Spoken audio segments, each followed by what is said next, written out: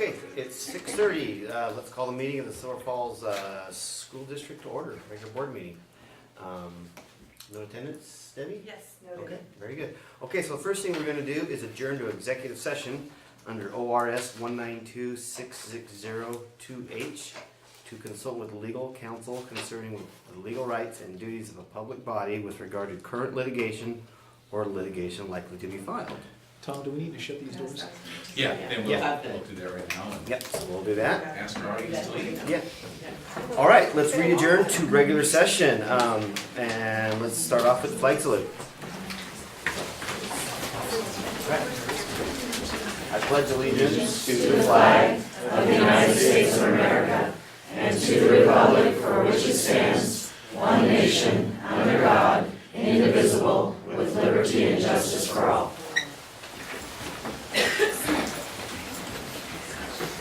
Okay, our first action item is consideration of a complaint against elected official, against Todd White. Would anybody like to start off the discussion with it? I guess I can go first. We had a board resolution here a while back against a previous complaint, and I see the actions as just kind of more of a continuation of some of those issues, mainly that's just not how you communicate your views in public. It was a back and forth between another elected official, so there's a lot of leeway there. I do like some of the points that he was bringing up, but that's not the way to do it. That's my objection. I like a good verbal jousting. I like debate. I'm huge on free speech, but that's not how you do it effectively, and that's not how elected officials should act. So anyway, that's my piece. Anybody else? Yeah, Tom, I would agree. Todd, in my mind, this is some of the same stuff we dealt with when we censured you about a year ago with the resolution.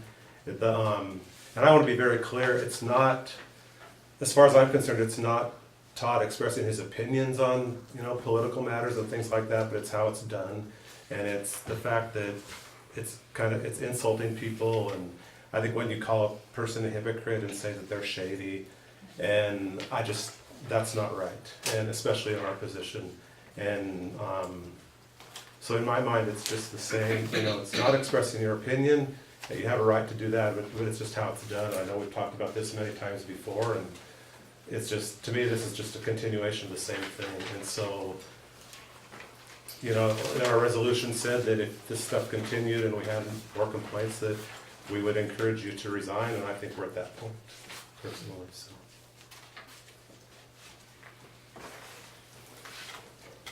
I would like to read something that I wrote today.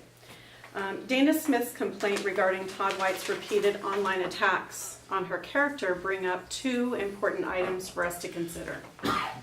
Number one, whether we agree that White's comments are a form of cyberbullying and therefore in violation of school board policy. And number two, whether White's comments rise to the level of concern that he should be asked to resign. Silver Falls School District policy violation. In my reading of our school board policies, it is clear that Mr. White violated the following. BBAA individual board members' authority and responsibilities. BBF board member standards of conduct. BBBB board member, no, actually I'm going to take that out. Excuse me. JFCFA/GBNAA cyberbullying.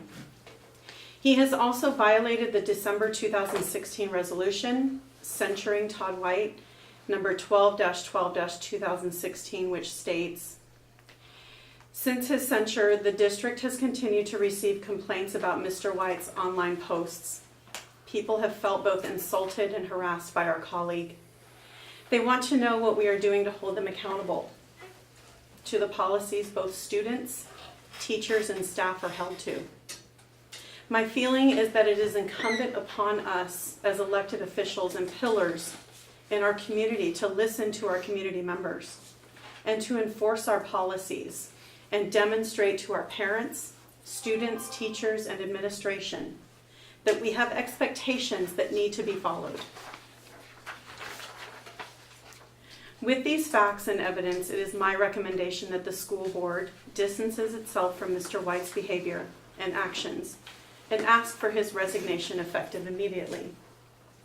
I understand that Mr. White may reject our request, but at least we will know we have done what we could do to enforce our policies and listen to our constituents. That's my say. Anybody else? I will chime in. So I think it's important that we are accountable to the resolution 1216. I feel similarly to other board members who have referenced the respect part of the board member code of conduct policy, which is the one that was named in the resolution. So that one, I think that we can take action on. I also wanted to just mention to the public that we can only act on information that was included in the complaint that we received. So we're not considering any other information except for information that was received in the complaint.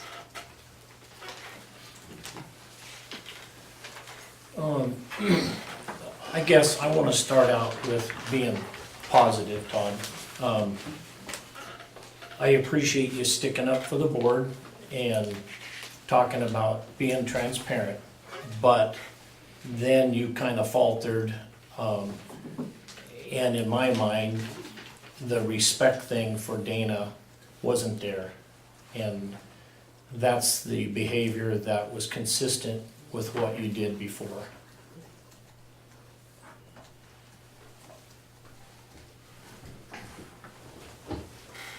You know, Irv, maybe I want to piggyback on your comment where, you know, and yeah, I can see where Todd got very zealous in his zeal to defend the board, and I understand that.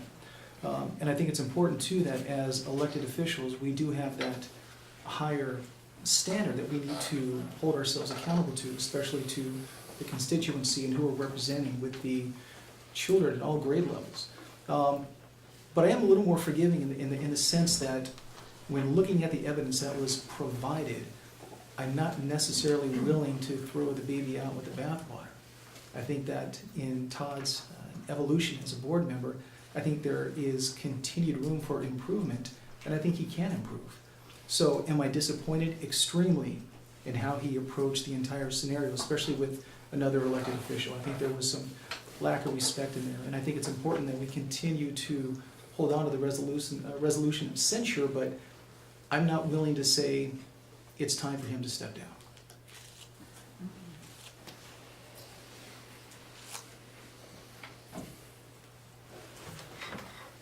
Anybody else? Tom? Well, I guess since I'm the one that hasn't. Yeah. I believe in everything I said 100%. Now, maybe it may not have been the nicest way to put things or whatnot, but I believe everything I said was 100% accurate and true. And that's where I stand on that. So if you guys feel you can ask me to resign, that's fine. I don't feel that I should resign, and I won't. So there's that.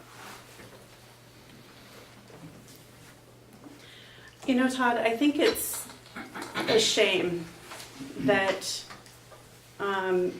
we've gotten to this point of having a community member file a formal complaint against an elected official on our school board. And I understand that you have a right and you agree that you did everything right, but Todd, it is not okay to use the language that you did in the manner that you did in the public. You violated several of our policies. And that is not acceptable on any level. And for you to not think that you shouldn't resign is beyond me, because there has been a censure against you, and you continue to behave in a manner that's not acceptable to our board and our policies. And I just want to put that out there to you.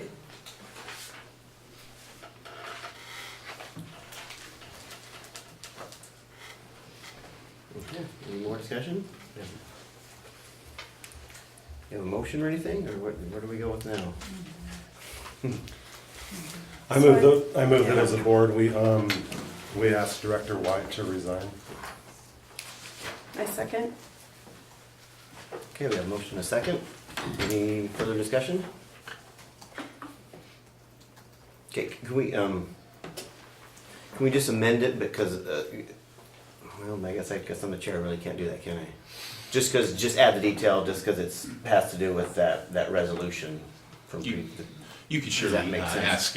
ask Tim, Tim, the yeah, person that exactly. seconded it, if they would want to consider something like that. Like a clarification as a follow-up action. I don't know. If I could, sure, I know what you're saying, I don't know if I can word it right. Yeah. I move that based on another complaint in violation of the resolution against Director White that we passed approximately a year ago, that we ask him to resign. Is that Yeah, specific that sounds enough? fine. Yeah, just just follows the discussion we No, I had. get that. Yeah. I second. Okay, second. Any discussion? Yeah, I'm gonna vote yes on it, but I'm also, I think I know Todd's response too. But I really like what Irv and what Ron had to say, because I'm voting on it to affirm that Todd goes too far with the argument, but I like the fact that, I wish he would find a better way to fight for the board instead of going so far. So, but I still have to affirm that resolution that we passed a year ago and again. So I'm hoping he'll do whatever he's gonna do. I suspect he's gonna vote no and not resign, and I hope he does better, I guess. So I hope he argues his cases more effectively. Also, I'll put it that way. Yes. Should we take a hand vote or? All right, Do we- that's it. No further discussion. So, all in favor, signify by saying aye. Aye. Opposed? No. 2. Okay, motion carries. What? It was You can clarify if you need. It was clarified. Clarification on. on the nose. The nose was Todd and Ron. Okay. Okay. Very good. Okay, So does he need to respond to that, or- I guess is now the time to ask for a response? I don't plan to resign, no. Okay, there we go. Thanks. Yeah, thanks, Shelley. Okay, okay. Next is our consent agenda. Now, Shelley said she'd like to pull off item D on the consent agenda. Like, I guess we'll do the first 3 items and then we'll talk about that separately. So, Excuse me, Mr. Chairman. Yeah, if I Actually, get that Shelley, right. it wasn't D, because she and I emailed a little bit today. It Oh. was actually a policy within section I, isn't that correct? It is, yes. Oh, I'm sorry. And I thought, yeah, it's a specific policy within section I, not the entire section I. And it's the IGAI policy. Let's see.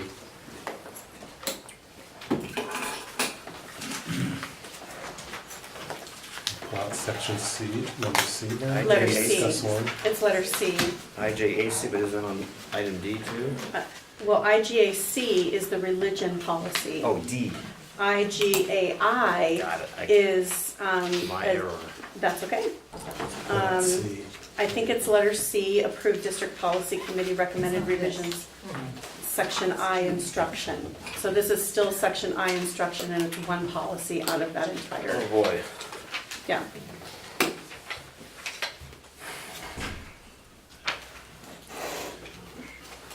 And if I can clarify, IGAI, current language is your human sexuality education language, and the policy committee recommended deleting that language with a new policy, IGAI, which is called Human Sexuality, AIDS, HIV, Sexually Transmitted Diseases, Health Education. So it's an Correct. entirely new policy that is current in language, it's compliant with law. The current AGAI was last adopted in 1998. So the recommendation from the committee is the fact that the proposed policy IGAI puts us in compliance, and the old policy was out of compliance. So you can surely, as a board, your policy requires that you reach consensus on pulling this policy out and discussing it or putting it somewhere on the agenda to discuss it. If you as a board majority don't believe that there's merit in that, then you can, Director Neal and Shelley can ask that it be voted on separately, but to actually place it as a discussion item will require at least 4 of you agreeing to that. By consensus. Can I give my reason why I want to pull it? Yeah, or- I guess that would be the process. Discussion? Yeah, exactly. Start Yeah, discussion? Yeah. The reason I wanted to pull this particular policy was I was reflecting on my notes at the last meeting from Sarah Weitzman.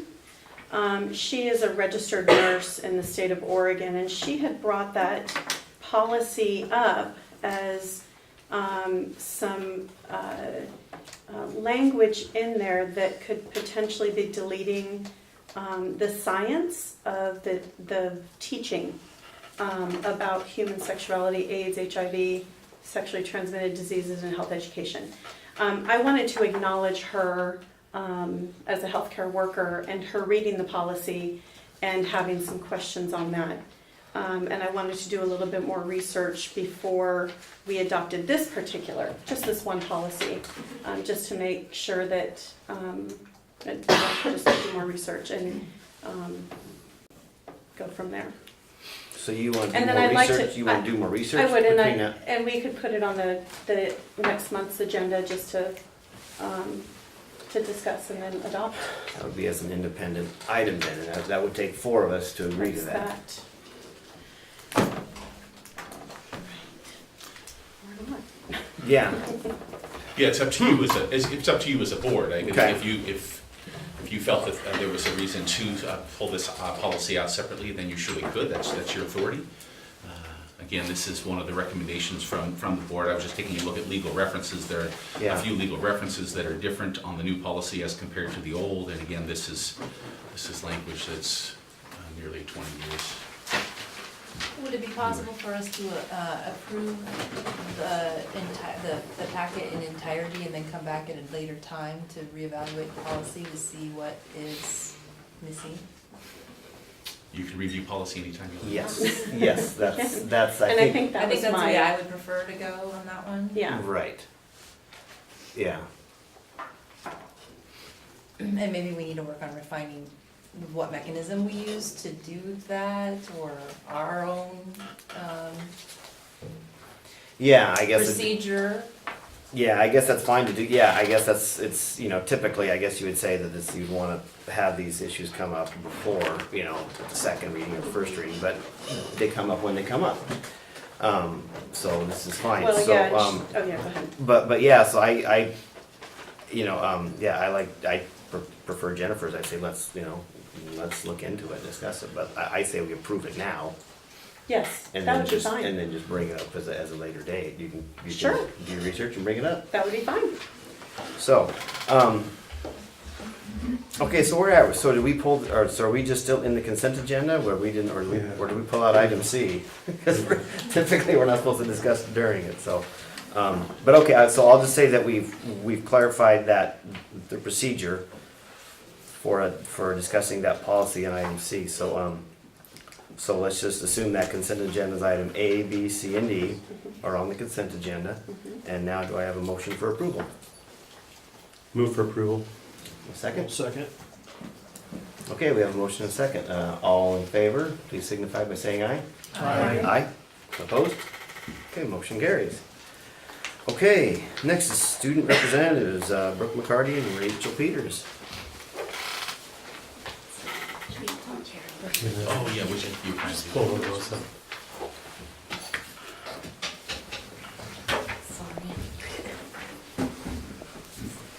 So first off, we'd like to say we appreciate all of you guys and happy School Board Appreciation Month. And also I'd like to say that this is my last school board meeting. I will not be taking ASB next year because I have other classes I have to take, so I it's been a pleasure to work with all you guys. Good. Thank you. Do you have a replacement yet? We're Maybe. working on it. Okay. She was supposed to come tonight, but she has strep throat. So hopefully next meeting she'll be here. Good, that's good. So first off, we have our boys basketball. They're 8-1, and they play tomorrow against Crescent Valley, and it's their first league game. And girls basketball is 7-3, and we have our first home league game tomorrow against Crescent Valley as well. Our swim team has their next meet home versus Crescent Valley tomorrow. Wrestling has their next match January 10th at Woodburn, and last weekend they competed in a tournament in Seattle and did really well. Our choir is gearing up for several competitions this spring. The 11th through 14th of January is their all-state concert competition. Our bowling team just took second place in their last competition. That was this past weekend. It was a home competition. Our dance team has competitions every weekend, and they're working hard. ASB has been planning our winter formal dance, and pictures for our court members will be this Wednesday. And at our basketball game on January 19th, we will be presenting our court during halftime. And following the second game, since that night will be a doubleheader, we will have our dance. Our Key Club continues to have members help with ASAP after-school tutoring program at the middle school. Los Aguilas won first place for the tree they decorated for SACA, and several students helped with Celebrate Family Holiday Festival. Our Interact Club is beginning to plan for the Daddy-Daughter Dance that will be held this spring. To help fundraise for this, they will be doing raffles at the basketball games. Our Red Cross Club is planning for our next blood drive, and it's January 23rd, and we're hoping to get a lot of students and staff out there. Our Spanish Club continues to work on their Spanish skills when they can. Gay Straight Alliance ran 2 different fundraisers, a bake sale and a holiday sweater sale. They had a huge turnout and roughly raised $800. Half the proceeds to Transactive Gender Center, which provides a holistic range of services and expertise to empower transgender and gender diverse children, youth, and their families in living free of discrimination, and half of the proceeds go to the Trevor Project. The Trevor Project is a national 24-hour, toll-free, confidential suicide hotline for the LGBTQ youth. Our National Honor Society officers are planning the next induction ceremony this January. And finally, theater is working on their next play called You Can't Beat the House, and they'll get us dates soon for that. That's it. Thank you. Thank you guys. Thank you for the umbrellas. Yeah, My no cards. problem. We have a couple for you guys too, yes. but we didn't have them, so we're bringing them. So thank you guys for And Rachel, thank you for being here for the last year. Yes, greatly appreciated. Good job.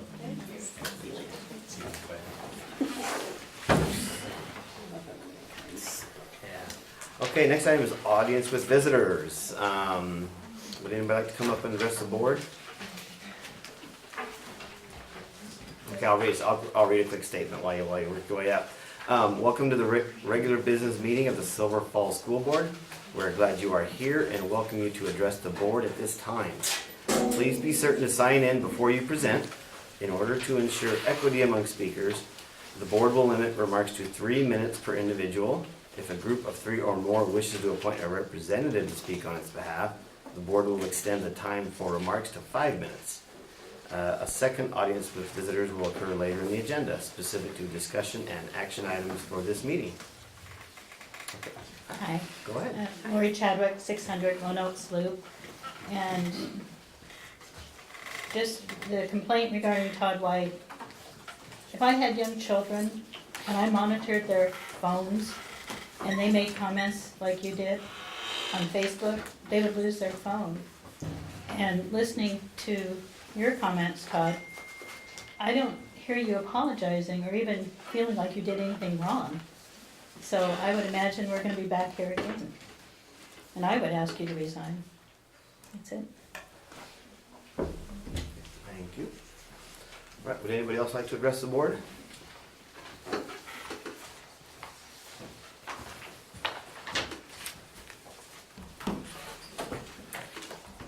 I'm Elizabeth Neves. I live at 408 Lone Oaks Loop.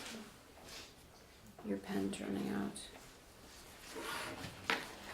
So I made some notes as you were all speaking. And like Lori, I'd like to just sort of reiterate what I heard. So I heard a lack of respect. I also heard repeat behavior. I heard discipline that happened a year ago, which resulted in a repeat of the same behavior. I heard a strange statement about fighting for the board, and I'll come back to that. So when bullying happens in the workplace and it's reported, usually HR is involved. And at that time, they give you the opportunity for increased growth, training. So knowing that most of you, or some of you, went to the OSBA summer conference and you received extensive training in diversity and tolerance and bullying in the workplace, I think you should go next year. I also think you should do extra training now. That's what we ask our students to do. It's part of the disciplinary learning process. I want to bring this around to social norms. When I make a mistake at work and it's brought to my attention, I try and correct it. I figure out what I did and I'm accountable for it. This community has asked you to be accountable. It's not just a few people, and it's not just once. So please, give that some thought. This is not a mutiny, but we're asking for improvement. It happens in our schools. We ask for it from our students. We ask for it from our children. So maybe the board should think about an increased training opportunity in case this happens again. That's it. Thank you.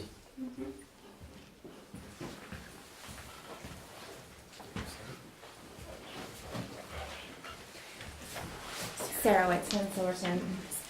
Oh, I sent it in the back. Is that okay? Yeah, Okay. Thank you, Elizabeth. That was really, really, really well spoken. I'm actually here just to comment about the ASB report. I wanted to clarify with the choir that they have 4 students that are going to All-State, and band has 2, one from the high school and one from the middle school. So I just wanted to share that with you. Thanks. All right, thanks, Sarah. Thank you.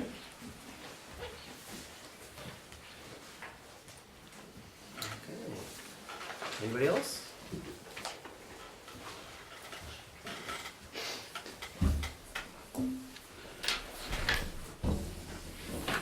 My name is Charles Baldwin. I live at 3301 Seminole Road in Silverton. I just have 2 questions. Was the action of the board a censure of Mr. White? No, it was just a, I guess a reaffirmation of the censor of that resolution, and at the bottom of that was, at the end of that resolution, it stated that we ask you to resign if you can't correct your behavior. And so it was just kind of a resolution. We're following up, and we asked him to resign, and we gave him a response. Were you asking him to resign because he violated the policies of the board? Yes. And yes. Then I have a question for Mr. White. Do you feel that you have violated the policies of this board? Nope. How does that get resolved? By a majority vote, I guess. And also in the you know, that's the only action we can do. The voters are in charge of who sits on the school board. You know, someone's voted in. There's a recall process, or you wait for the next election. That's kind of how it's resolved. It's in the hands of the voters. We can't do anything more than a censure. It's an interesting dilemma. We have an individual on the board who everyone agrees has violated the policy of the board.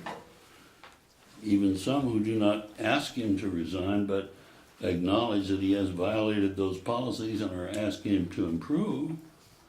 You have a number of citizens in the community that feel the same way or acknowledge the same fact.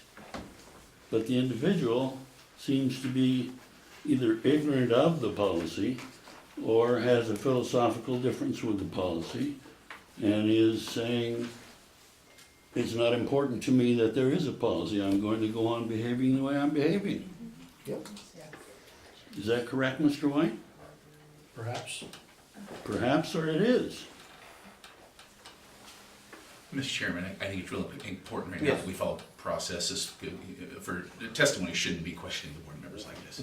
Thank you, I'm Andy. sorry. Thanks for, yeah, so no, I think we've done enough of that. I think you made your point, Charles. So, Thank you. thanks, Andy. Thank you. Okay, anybody else?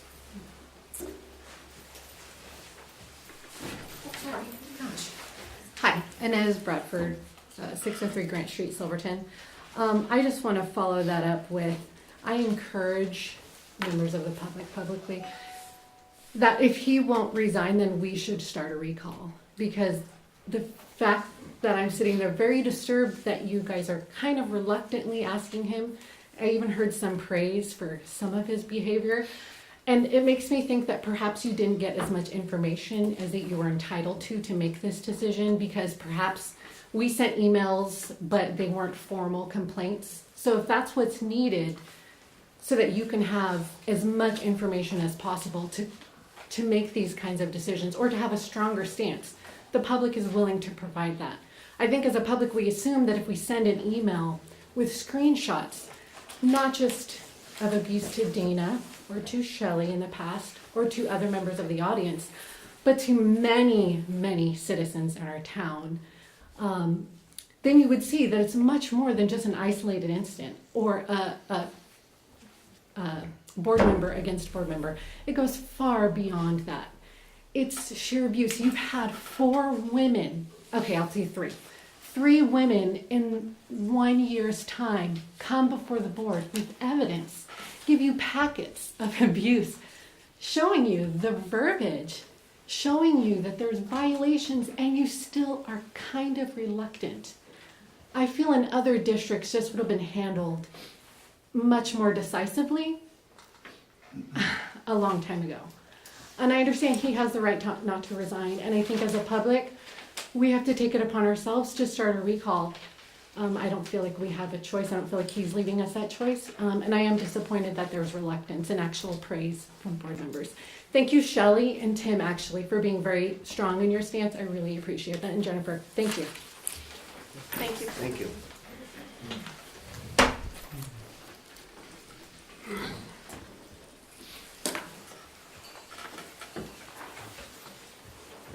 My name is John Burnett, Silver Falls School District parent. I had actually worked up a nice little presentation here for all of you. I went through the timing of it and he kicked me out. Essentially, it comes down to the integrity of this board. You have some great people and you have one bad egg. One bad egg that insistently will go out and attack anybody and everybody at will. He is representing all 7 of you. All 7 of you are reflected by his actions. I understand and I see on a daily basis that some of you are active online and some of you are not. I believe fully that you should be online at least in an observant fashion. You don't have to go on there and participate. And many times I would actually suggest against participating. Thank you. But you at least need to be observant of what an individual here is representing you as.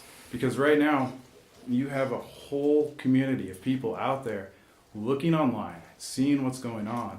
And to have a member state that, as Mr. Valoff put it, he doesn't participate in social media. But it doesn't mean you should disregard it or its impact towards you or this board. I fully believe that a responsible elected official spends their time engaging the community and absorbing all facets of life. within the community that they represent. Regardless of the platform, in a very short time, social media allows you to gain the perceptions and opinions of thousands of your constituents. To be up here and hear some of you not acting and being proactive against these actions by Todd is also alarming to what this board is. To represent your community and have no idea what thousands of us see on a daily basis is appalling. I mean, that you guys do great work, but then when it matters, you falter. And that's what we would like to see you do. I know now that for this to be fully read, we need to file a formal complaint, and I'm sure myself and many others in this community will do it. There is a bad apple among you. The integrity of the board is severely hurt because of this. When it comes time for another bond to be passed, the whole community has the same excuse that they used for the last bond. There's a bad apple, they don't like the board, and they're not going to align with you. Thank you. Very good. Thank you for coming. Thank you.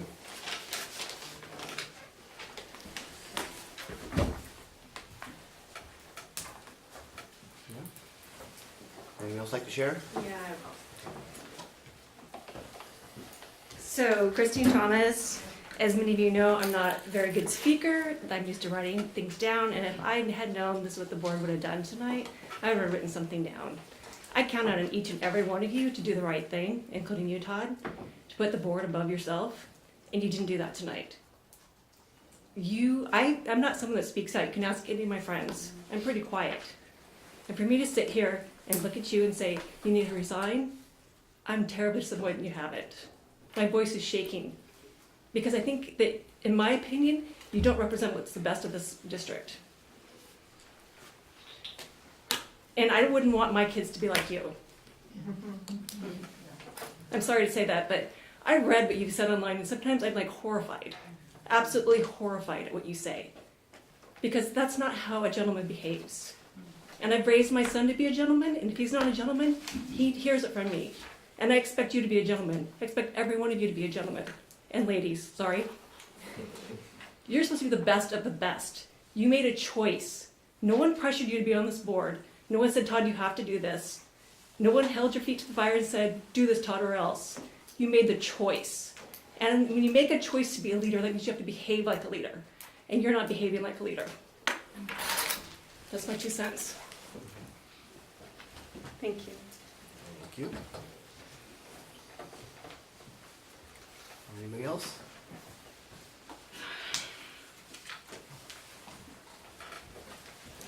Lisa Leslie. So I don't know you, and I've never met you before and seen you at meetings and things like that. But I do know pride, and I understand what it's like to be in a position where you've made a big mistake or several big mistakes, and then it gets really difficult to just step back and say, wow, I need to make this right. So tonight, I'm not surprised that you mumbled. I don't know if you said no or what you said when they asked if you're going to resign tonight. I think I heard one word. I wasn't quite in the room at that point. I can imagine that. I can see that happening. I hope that you'll go home tonight, you'll reconsider this, and you will do something that an awful lot of people can't do, and that is you'll just step back and say, this is a wrong thing for me to continue to push on this situation. This is pride. That's all this is. I'm not effective. I'm hurting the whole community and the board and hurting their reputation. You can't do it tonight. I get that. But go home tonight and do it, please. I mean, teaching small children, this is probably how I talk to them. And I hope that you'll go home tonight and reconsider what you're doing here and what you're doing to people who care a lot about the children in our community. I guess the pragmatic part of this is there's going to be a recall. So, if it's pride, which I assume that's all this is, I can imagine that one way to save some face would be to resign before you are forced to step out of your position. So please consider that tonight. Thank you. Thank you.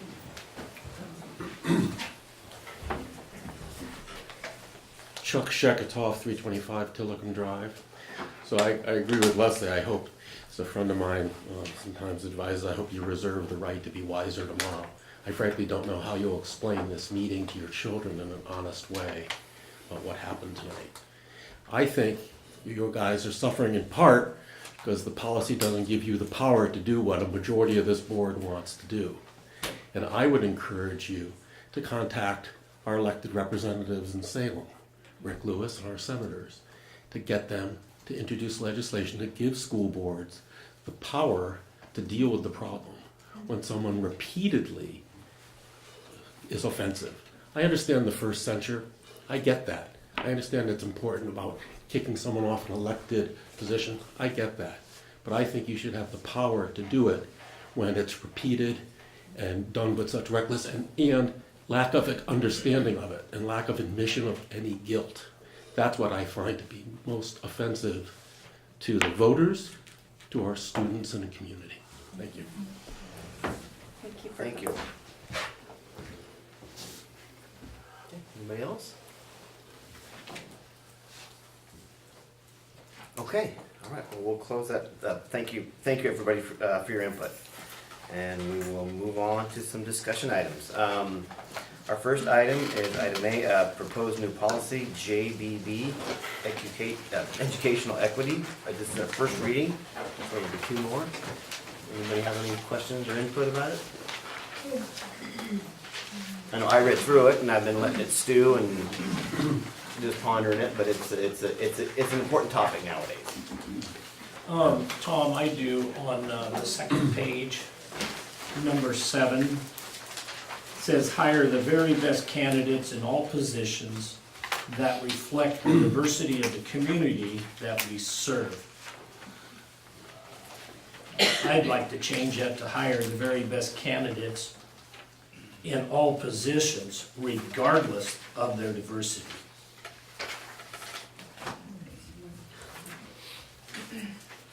And then number 8, affirm the identity of each student.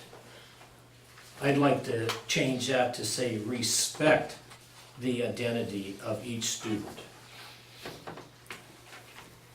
That's all I have on note. Or what was the first one? Number 7. Can you read what you want to hi. change? Hire the very best candidates in all positions regardless of the diversity. Of the community that we serve. And then what was number 8, Irv? Instead of affirm, put respect the identity of each student.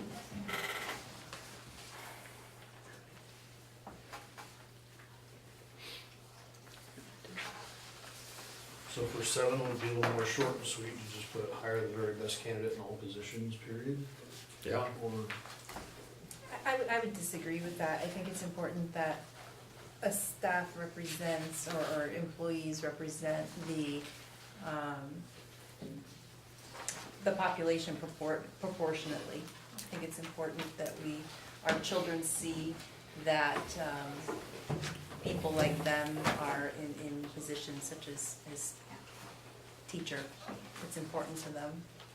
But I don't think we need to be constraining the strengths of a teacher based on diversity. It should be the very best teacher that we have, regardless of race or diversity or whatever it may be. Maybe, I agreed. I think that the very best person is important. And maybe, this was a team effort. And maybe you can talk a little bit about the team effort behind this. And then maybe we can hear your thoughts about, and maybe Ms. Stevens' thoughts about how that would actually play out in a HR kind of situation. And maybe we're talking about recruitment or at least looking at the demographics of the school district and comparing, positions and who's filled them in them currently versus what the actual population looks like. Just ideas, but Andy, I'd love to hear more about the efforts that went into this. Sure, thank you for that. Yeah.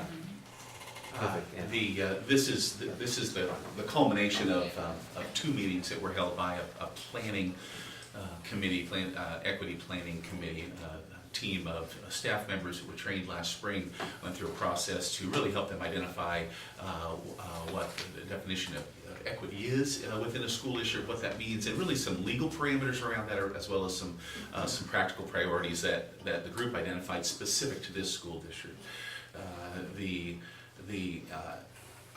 I think it's fair to say that the group talked about quite a few examples in the school district where equity is considered to be a priority and is a decision-making tool, but also identified where there are very likely a number of holes and areas that need to be addressed.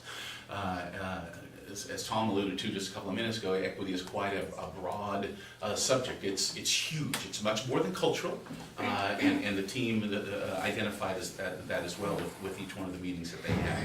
So with that said, to get to a draft policy, the team reviewed a number of policies from similar size and some similarity in demographics to Silver Falls School District. Also reviewed some proposed policy from OSBA to come up with this draft policy. One of the talking points was specific to the demographics of the school district and how that's represented from an employment standpoint. And part of that conversation was also related to the Oregon equity lens and specific to what we as educators directly from the Department of Education, from the Oregon State Board of Education, asks us to pursue. And that's efforts related to equity across the school district, up to and including consideration for employment. So there's some value and even research information that discusses the benefit of a diverse workforce when you're talking about education of its students. With that said, there is clearly the conversation and the priority getting the best educators in front of the kids at all times. There's no question about that. But there is value to having a diverse workforce. Now, one other piece that we discovered, and you've read about some of this in the newspaper recently, is related to the challenges that are inherent within the state of Oregon specifically to really attract and create a workforce that does represent our diverse school district. I don't know if there's any school district in the state of Oregon, even those that have had significant effort towards achieving that threshold, who's been able to achieve that. We have one just north of us in Woodburn School District, for that matter, which I think is an incredibly diverse population of students. And I know just from personal experience and conversation with administration there, the challenges that come from that. Salem Kaiser School District to the west of us has some resources and ability to do things like send recruiters to places like New Mexico and Arizona and other places where they can hopefully attract teachers that would help them meet that diverse need from an employment standpoint within their school district. It's a very, very challenging thing to do. The intent of this from the committee is to say, we believe it's a worthwhile consideration. So there may be some wordsmithing that we can come up with that better identifies it as a priority, but not to necessarily say we would hire somebody that was, let's say, subqualified or underqualified for something and would only place him in there in recognition of the diversity. I agree. I don't know that that's our best. I guess that's what bothers me. So I will ask the board, if they want me to do this, to take some of this information and see if I can wordsmith something and come up with some language that may be able to help better identify number 7 to reflect what I think I'm hearing. And if that's acceptable to you, then I'm happy to do that. Jennifer, does that answer your question? Yes, It does, thank you very much. So with the policy as written here, would that handicap the hiring process at all or slow it down? Not as far as I'm concerned. No, Because I've read that in some districts and some states, they have a hard time finding, Hispanic teachers or, whatever. So if we were to, have a policy that, if we have, just for round numbers, 50%, Asian kids, would we need to find 50% Asian teachers or something to reflect that bunch? Would we be handicapped trying to find that 50%? That's kind of what I would worry about. My first response would be no. We want to place the best educators in front of our kids at all times. I think striving for a diverse workforce population is an objective that will likely take years to be realized in any school district. But it's something that I think is worth noting and worth stating as a priority of a school district, simply because that's ultimately in the best interest of students. So Andy, when an opening comes up within the district, how far out do we broadcast the opportunity? However far the World Wide Web goes, Ron. In my world, that's a short distance, obviously. Doesn't go beyond the house. Do we do any recruiting efforts? Yeah, it's probably good to have Andy chime in. There we go. So we belong to kind of like a search engine, a job search engine that a person in Maryland could say, I want to come to Oregon. And I plug in Oregon and jobs listed in Silver Falls School District pop up as well. We go to all of the local fairs, the recruitment fairs. So that's Portland, Southern Oregon, and Willamette ESD has been having one. I think really though the question is not so much of how do you go out and get teachers to be interested in your community and recruit from places like New Mexico or Arizona, because quite frankly when you bring a lot of those people to the state of Oregon, it's culture shock and they're like, I want to go back to New Mexico where I'm from. I'm more comfortable. It's different. I think the better question is how do we cultivate our own. We need to take the kids that are coming through our system right now and talk to them about being educators. Their high school teachers need to talk to them about being educators and identify those kids as they're starting in their undergraduate programs. And then once they finish, we come up with a package that says if you go get your master's in teaching, you will have a job and this is what we'll do for you. We'll forgive your loans. We'll help you get financing for your house. That's how you get people who are invested with your kids. It's not, I love recruitment fairs as much as the next person, but that's not how you get them and keep them. We're using item 1 that talks about data. Using lots of data, and I know we're currently using data already. What are the trend, Danny, can you just speak a little bit as to what are the trend lines doing now? Are they trending more equitable over time? Are our gaps? In terms of who we have in the our hiring pool, our hiring pool for teachers in general is diminishing. The last recession destroyed the economy for people going into the field of education. We've had multiple programs in the state of Oregon closed as well as throughout the nation because it's the first thing that gets cut. Yeah. Nobody can afford to go to school and have a $100,000 debt and know that they're going to make $45,000 a year and lose their job. Right. And so, especially your minorities. Okay. So are we? So it's not.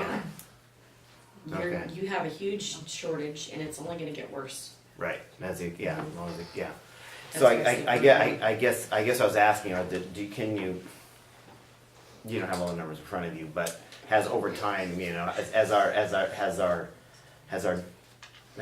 staffing become less diverse or more diverse? I guess. I think it's become more diverse, especially when you look at the number of Hispanic men we actually have working for our school district in positions of instructional assistants and specialists. I think that has improved, in the 16 years I've been here. But I think that, it's not anywhere where we need it to be. No. And so that would be the only area that I would say. But in terms of overall, it's difficult when you go to a job fair and you're trying to compete with Salem Kaiser and Portland Public. And Sure.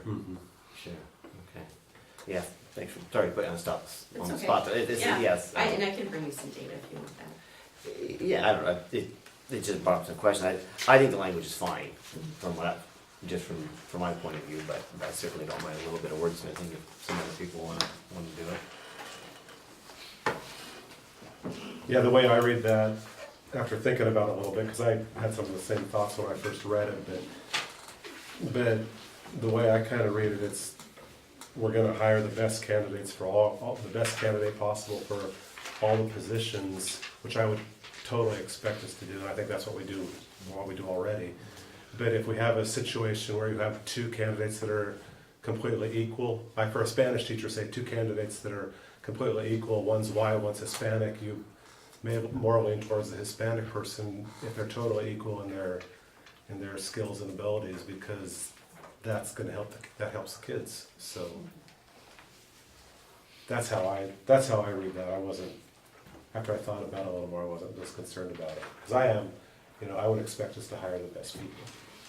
I think your principals are very aware of when they're looking at all things being equal, who are they putting in front of children? You know, we Yeah. know that children need to see people that are like, similar to them, so that they can have a vision of where they could go in the future. All your principals are very cognizant of that. Just don't have a lot of control over Yeah. Who applies sometimes. who applies, you know, it's- Well put, Dan. Yeah. Well, again, I mean, I agree. The only thing that I'm concerned about is that word reflect means that we're constrained to a certain diversity group. I think that's what bothers me, you know. I don't want to be constrained. If they're all of one style, if they're the best, let's do it. Yeah. But I guess that's, I don't know how to word it. That's the only thing, when I read that, it concerns me. But,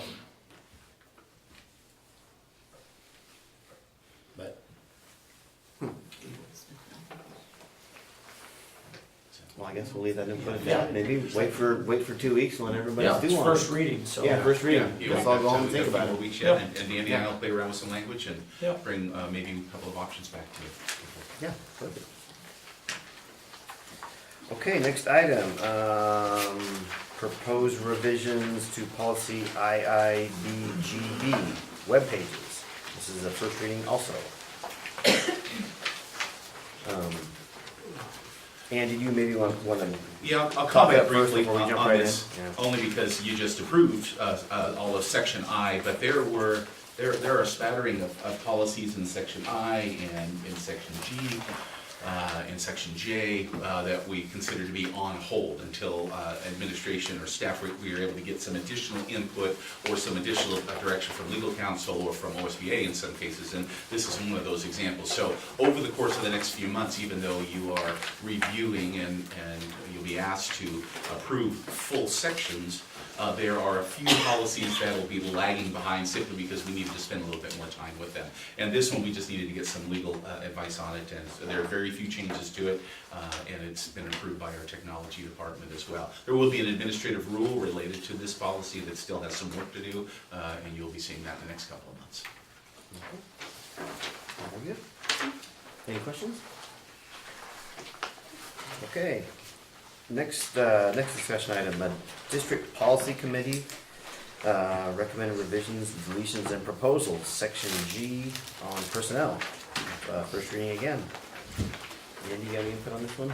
That's your next section, and your review of policies. Admittedly, in the alphabet, it's going back one letter, but there was some transition over the summertime that resulted in section G just being on hold a little bit before and we did section I first. So now you have section G in front of you, all of the policies. You've received a hard copy packet this evening. They're also all on the website, so I encourage you to take a look at those as you can over the course of the next 3 meetings. And if you see any questions, these all come from committee recommendations. I will share with you that with section G, and we did a bit with section I as well, that the committee was expanded depending upon the need of the policies to, of course, include Danny in every step of the way, but principals were included in a number of these, and directors as well, simply because they have an active hand in implementing these policies. And Peggy Holstead from Oregon School Boards Association led us through all of these efforts. So these are now the updates, revisions, proposed changes, deletions, and I think a spattering of new policies for your consideration as well. Okay. Any questions? And these are all online? They are. The proposed and? Yes. Okay, thanks. Okay, next up, draft years for the calendar for next year. We got 3 options in front of us that's being considered. You got any? Yeah, there's no need for action tonight on Yeah. these. Generally, you have these. I will share with you that these are the result of a new agreement by the License Association and the school district through collective bargaining efforts to have a committee out of the quarterly forum that we hold with the association to come up with options for consideration by the board. So I appreciate the association's effort. I know the association's here, there she is, this evening in helping us draft these. I do want to share with you a little bit of input. Before I do that, though, I'll let you know that in this order, these are drafts 1, 2, and 3. So if you're looking at those, draft 1 is the proposed calendar that ends on June 17th. There's a triangle over June 17th. Just put a 1 at the top of that one. Draft number 2 is the school year that ends on June 14th. Triangle on June 14th. And draft number 3 is the one that ends on June 18th. Input at this point from the Licensed Association is that their first choice at this point anyway would be draft number 2, that having a contact day with students, the last contact day being a Thursday at the end of the school year, allowed for a 1-day leeway for a snow day if it would be needed next year, and that makes sense, I agree. And that would make the teacher's last day a Friday, and I think from a logistical standpoint, many times it's advantageous to end a school year on a Friday for teachers and be able to scoot out and so forth. And knowing that we have another seismic project that'll be on the schedule next summer, which will be Mark Twain Elementary, having that extra the weekend before contractors got geared up and going on the following Monday would be advantageous as well. The Licensed Association discussed number 1 as having some advantages. It was like a close second. They still considered number 2 to be the first choice. Thoughts on number 3 were that there were only 3 weeks of school between Thanksgiving and winter break, and that they didn't like that so much, which was a concern for some when they thought about the potential for student absenteeism, which I think is a value as well. So at this point, I'll share all of these with the Classified Association as well. We don't have the same requirement with the Classified Association, but every year we ask them for input as well. And I can bring or send more input to you via email, and we'll have another summary for you at the February meeting where hopefully you can make the decision.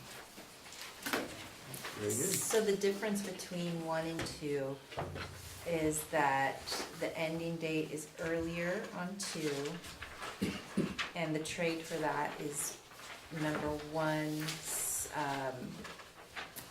Christmas break or winter break is different. Correct. Yeah, The 1 day.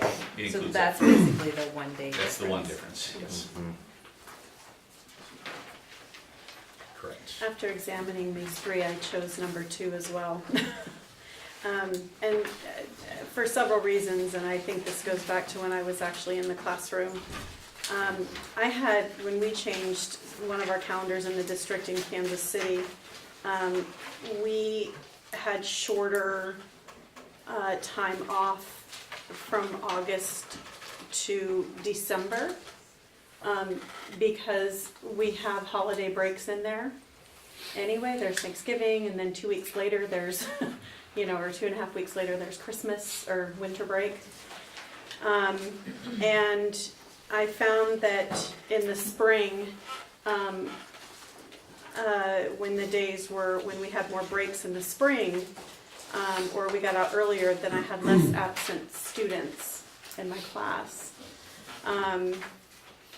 So when you can get as many classes in as you can in the fall, and take more breaks in the spring, that definitely reduces absenteeism for students, and we want our students in our classes more than absent. So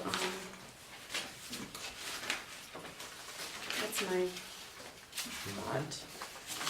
Yeah, number 2 looks better to me, just as that first glance. I like the 4 full weeks between Thanksgiving and Christmas. It seems to be more educationally effective, and it pushes in. I like having that Christmas break go after New Year's Day that week, because it shortens that long grind until spring break. Just seems balanced better. I think we should get rid of number 3. Yeah. Just not even present that. I think so too. Having the I kids- agree. I'm happy with Having the that. kids come back on a Monday is not a good idea. And 1 and 2, I didn't care. I was gonna wait to hear from staff on whether they'd rather come back on a Monday or have an extra day at Christmas, so it's up to, doesn't matter that much to me. I like 2 the best, but Well, and I was, back in teaching, I was far more burned out in the spring than I was in the fall. So it's hard to keep concentrated, so I don't know, that's my thought. Number two. Thanks for your feedback. Okay, very good. Okay, let's go on to item 10, administrator and staff reports. Andy, you got a presentation on Division 22 standards. Yeah, I'm going to read this to you as a script. It's required by law to be able to share some specific things for you. It's called State of Oregon Division 22 Standards, as required by OER 581022, Division 22, Standards 1610. Operating policies and procedures. All Oregon school districts must report to their respective communities as to the district status with regards to the state, all of the District 22 standards by February 1st, 2018. Following our comprehensive review, I have discovered 2 standards which we are not fully compliant, and here are the standards and our plans of correction.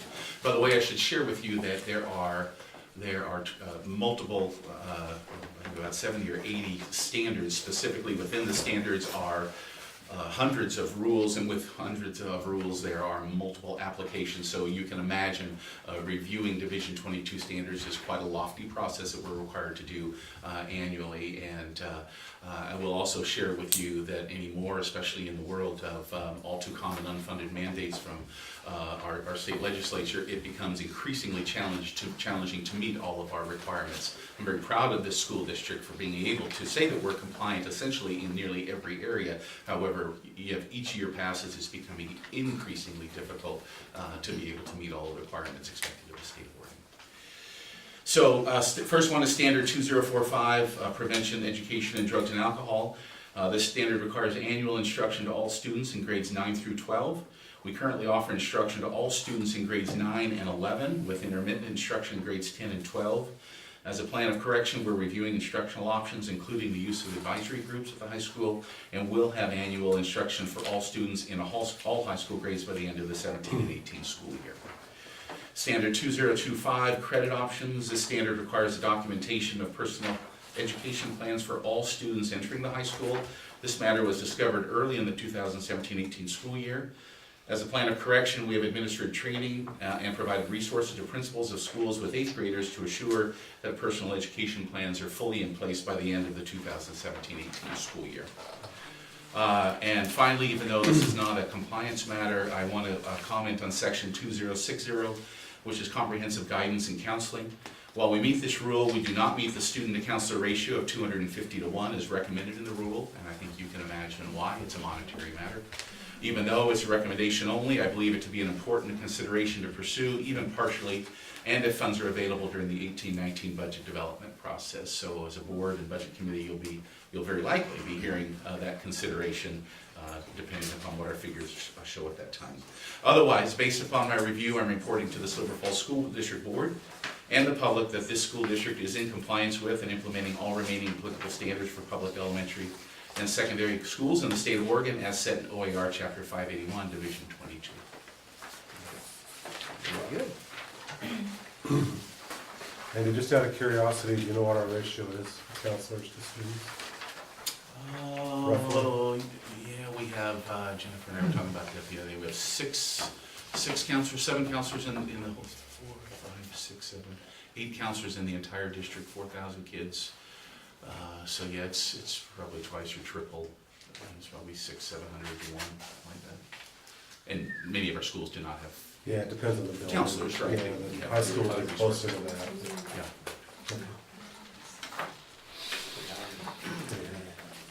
Okay. And then very quickly, Mr. Chair, I just wanted to, as a placeholder, to discuss with you the Tell Oregon survey. The TEL survey is Teaching, Empowering, Leading, and Learning survey that is administered every 2 years to all licensed educators in the state of Oregon, so teachers and assistant administrators, etc. It's used, I'm just reading our TEL Oregon website there's a link directly on the agenda. with the results accessible, let's see, the survey is used by school and district leaders for purposes of school and district improvements, and is used by state leaders to inform policies. One of the objectives of TEL survey is to get as high a level of participation as possible.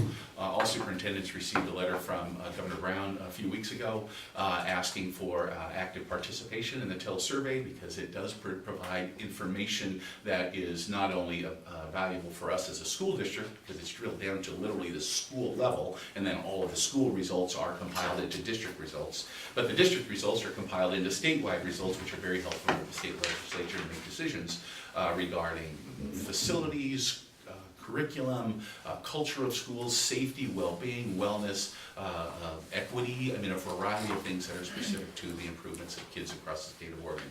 So I am sharing that with you and letting you know that we take an active role in encouraging participation.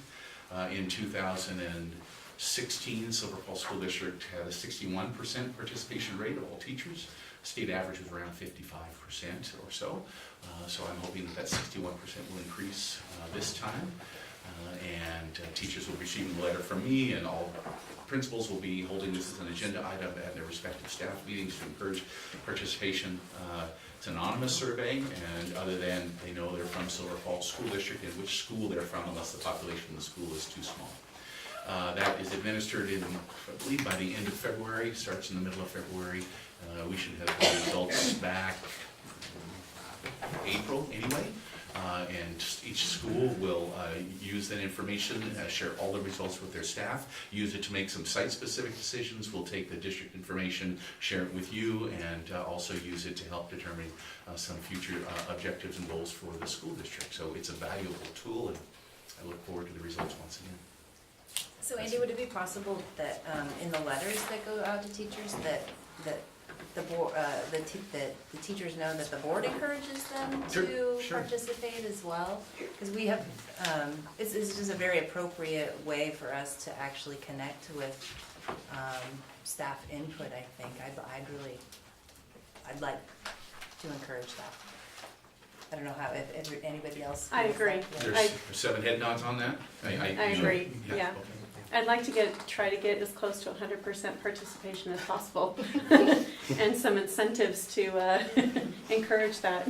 Well, it's anonymous, so I don't know how we can. Doesn't matter. I think 100%. He clearly said 61%. That's right. He found out somehow that 61% of our. The state tracks that. Okay, well, then I'd like to get 100% from the state. I'd like them to say 100% participated, so. And I think it is motivating that if your school gets a certain percentage, then the school results are released. So I think that's a motivating. Right, that's very true. Yeah, there's minimum percentage, minimum participation, minimum size of staff. Right. So we're like, our small schools, like evergreen schools, They don't we qualify. don't see. Right. Yep. Thank you. Any more questions? Okay, thank you. Okay. Financial report. Yes, Steve apologizes. Great. Steve will fill you in. I know he apologizes and will gladly, he's ill today. Okay. Totally understandable. I'm certain he's not Who watching isn't? the national championship of football game either. But, no, he's not fair, right? We've had a lot of sickness. Because he is truly sick. I will authenticate validate that. Okay, we'll move on to the food service report with Sue Ann Earl.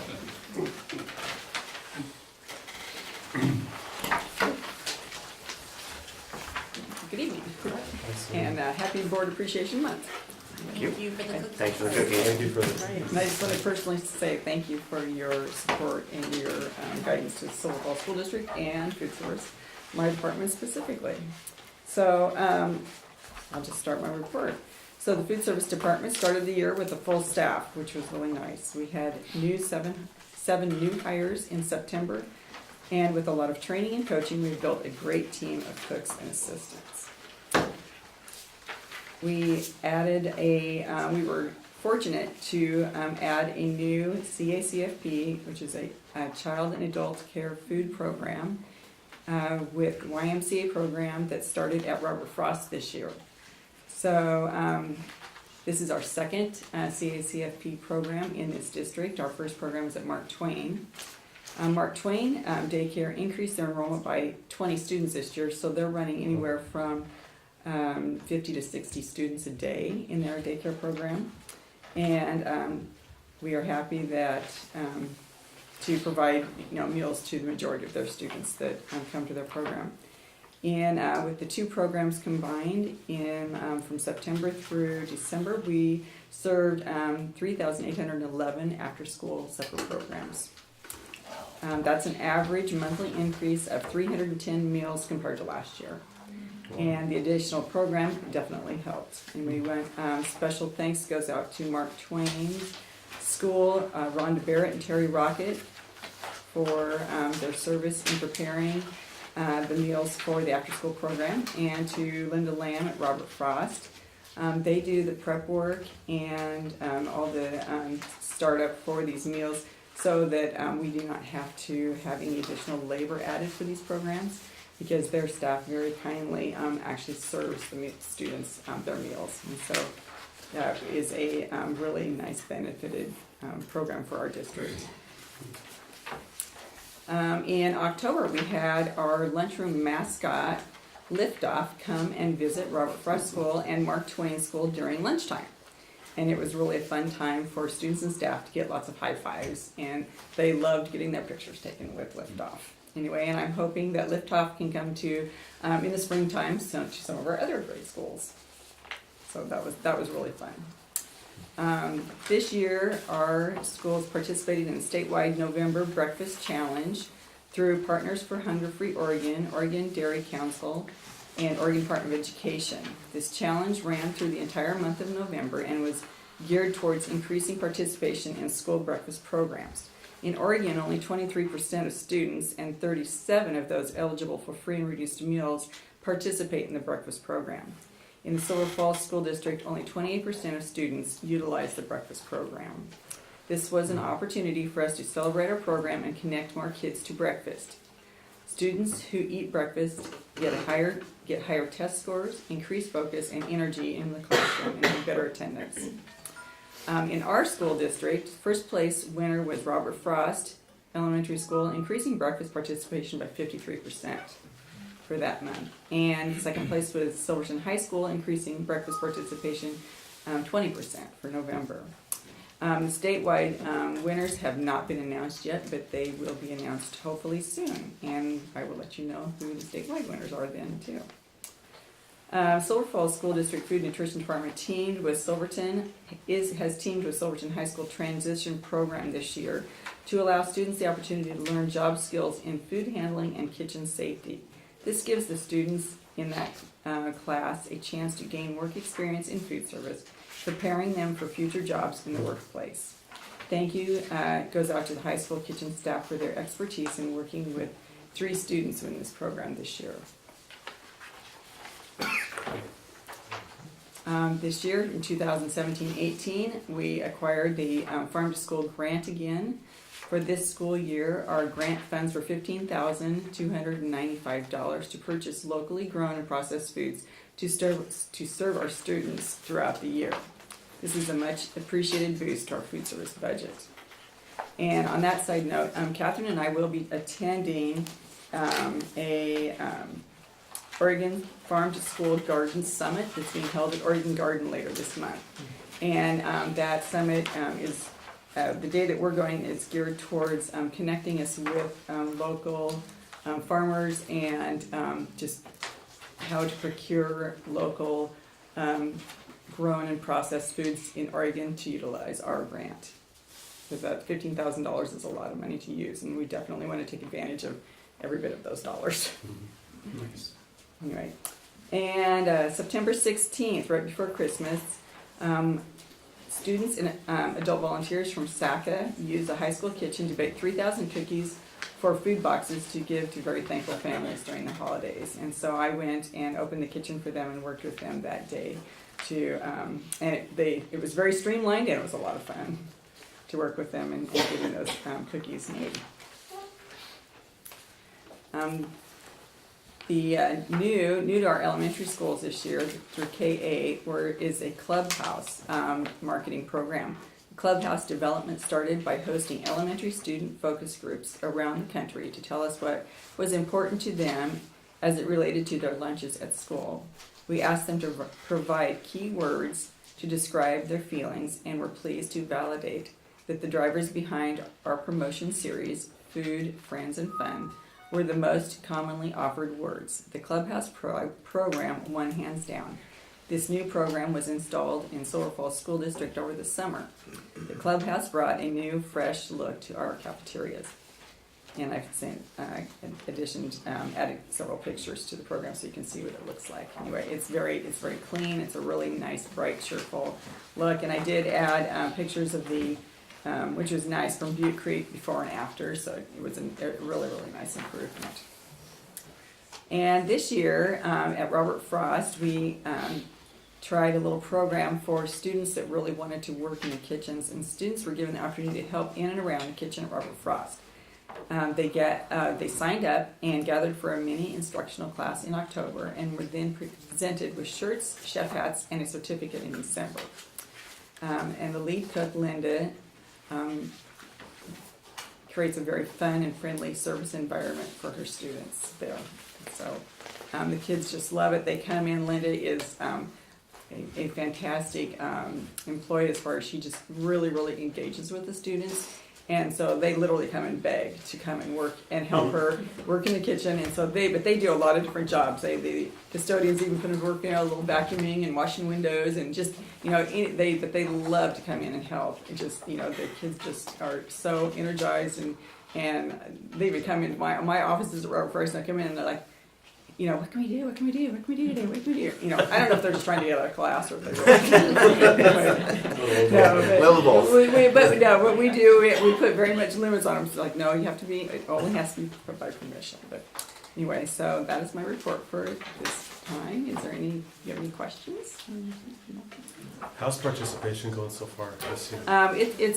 It's pretty average with last year. It's a little bit better, but unfortunately because we had so many snow days last year, we're making up for, it's higher. That's because of the snow days last year. So we have higher participation than last year during December and November a little bit. But if we would have just looked, days for days, it's running about the same. Okay. So the increase in prices that we approved, has that affected any families or any students? I need another note. Just in general. I believe, I think it might be a little bit. Our paid participation is, it's like I said, it's holding about the same. We're not seeing a big jump in participation, but that could be possibly part of it. Anyway, and then another thing I did want to share too is that we're pretty excited about this.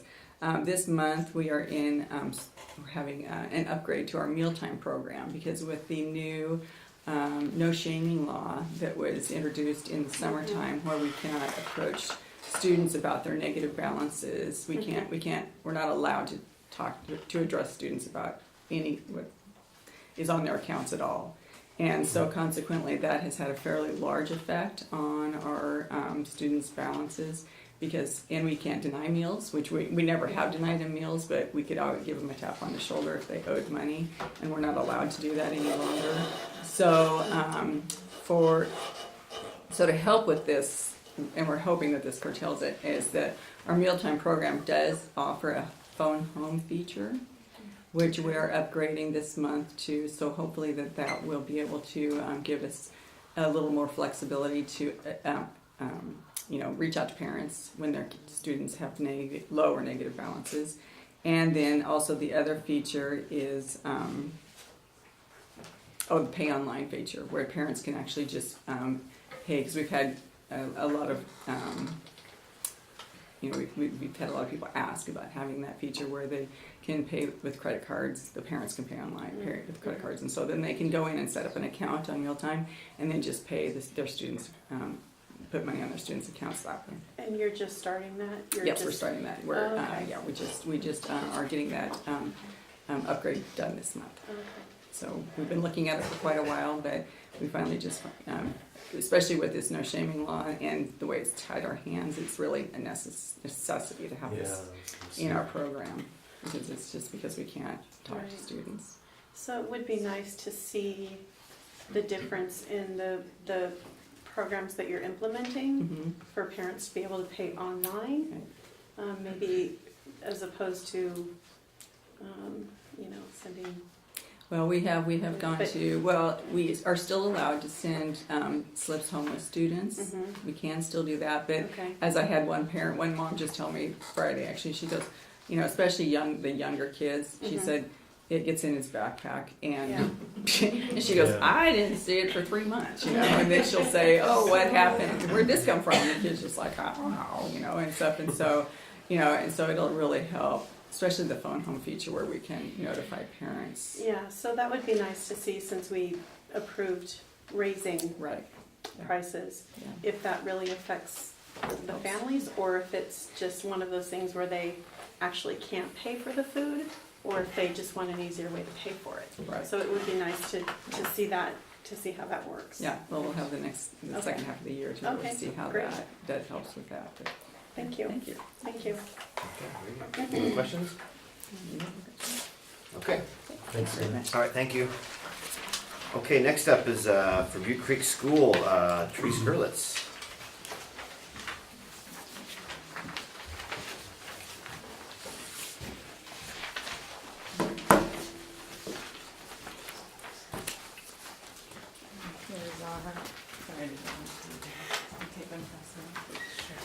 We also wanted to thank the board for their service.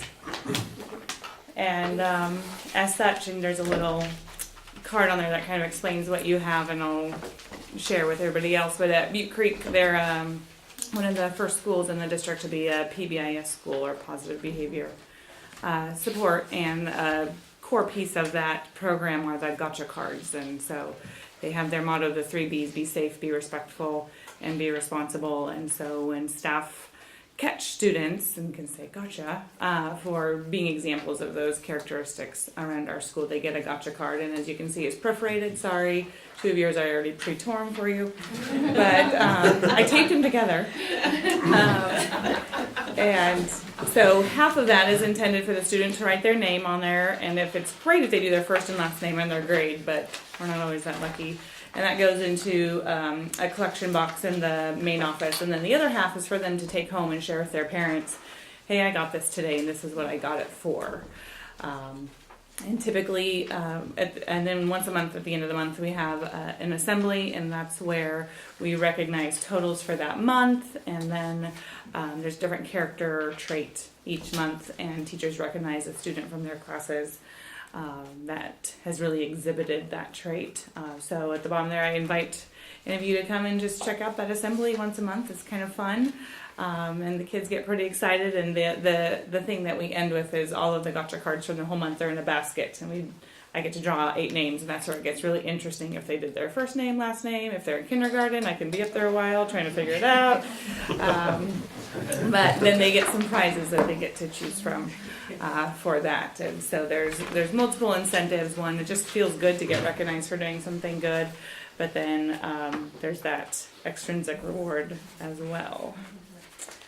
So again, thank you for your service and being responsible and doing your duty to represent the public. So I've already had the report submitted, and would like to say that this year, I know that there's a lot of dedicated and talented and wonderful staff across our entire district, but I firmly believe that, and it's probably the same at Victor Point that Jamie would say there, but I would firmly believe that I saw some of the most amazing perseverance and work and dedication and flexibility and patience in the staff at Butte Creek this fall with the seismic upgrade or seismic rehabilitation that did not finish until partway through October, which means that they were teaching in an active construction zone, which sounded like a lot of different things. And the construction crew, in particular, Juan was amazing, who would meet with us, and the crews would start working an hour earlier and try to get the noisy work done. And our staff would say, you be as noisy as you need to be. You get this done, and we will teach through it. And and they're digging through and running and saying, I think my box of this is in your room, and just what they had to work through, and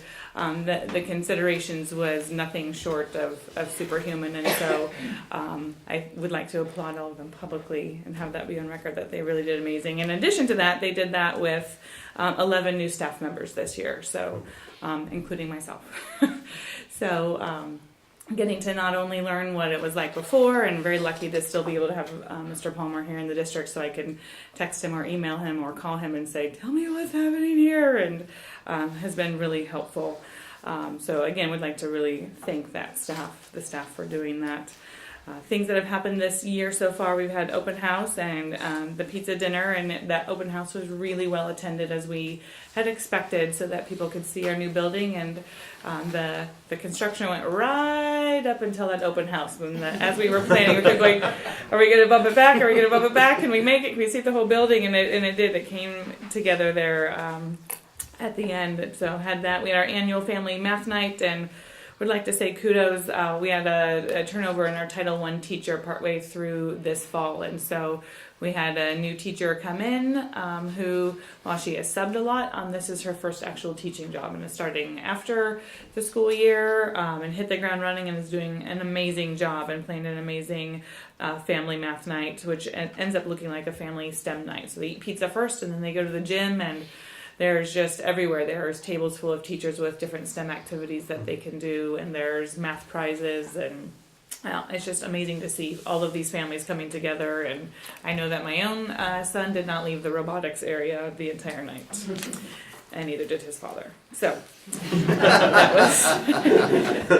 was pretty fun. And speaking of robotics, that's one of our unique and well-loved things at Butte Creek, and I have the exact text from our robotics teacher, Mrs. Boost, tonight, because I wanted to make sure I got every single thing correct. So our Lord of the Rings and Ring Flingers teams won Teamwork Award, which qualifies them for both state and nationals, and state will be this spring in Council Bluffs, Iowa.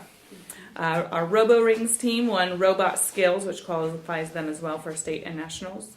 Lord of the Rings won the Excellence Award, which again qualifies them for state and nationals, however they had already qualified.